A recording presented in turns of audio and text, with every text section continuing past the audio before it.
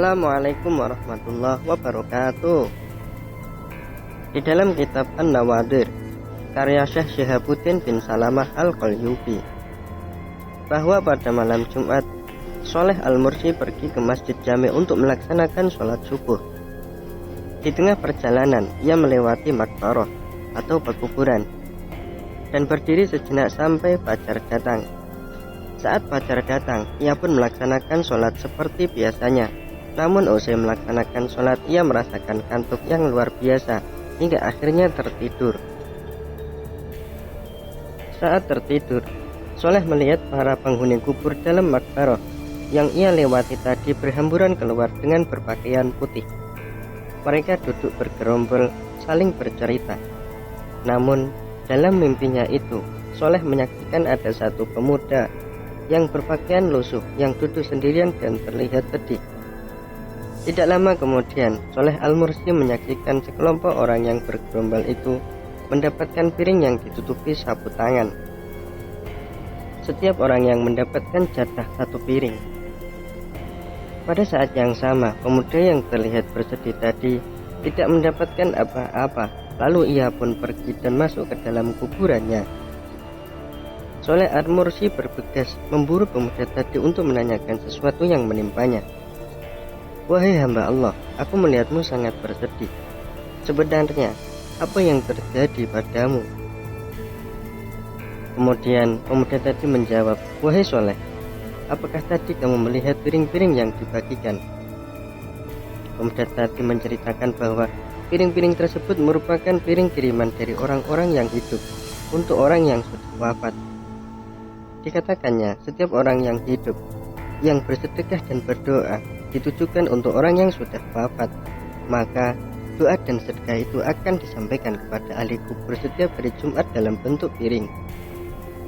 Aku adalah orang asing yang berasal dari negara Hindi dan berniat akan melaksanakan ibadah haji bersama ibuku. Namun sayangnya ketika baru sampai Basrah, aku meninggal dan dikuburkan di sini," kata pemuda. Pemuda itu menceritakan bahwa beberapa waktu ia telah wafat. Ibunya menikah lagi dan sibuk dengan suami barunya, hingga melupakan sang pemuda yang tidak lain adalah anak kandungnya sendiri. "Ibuku tidak pernah berdoa dan bersedekah untukku, seakan dia tidak punya anak. Sungguh, dunia telah membuatnya lalai," kata pemuda kepada Sholeh Al-Mursi. "Di mana alamat rumah ibumu?" Sholeh Al-Mursi kemudian terbangun dan langsung berangkat menuju alamat yang disampaikan oleh pemuda yang ada dalam mimpinya itu.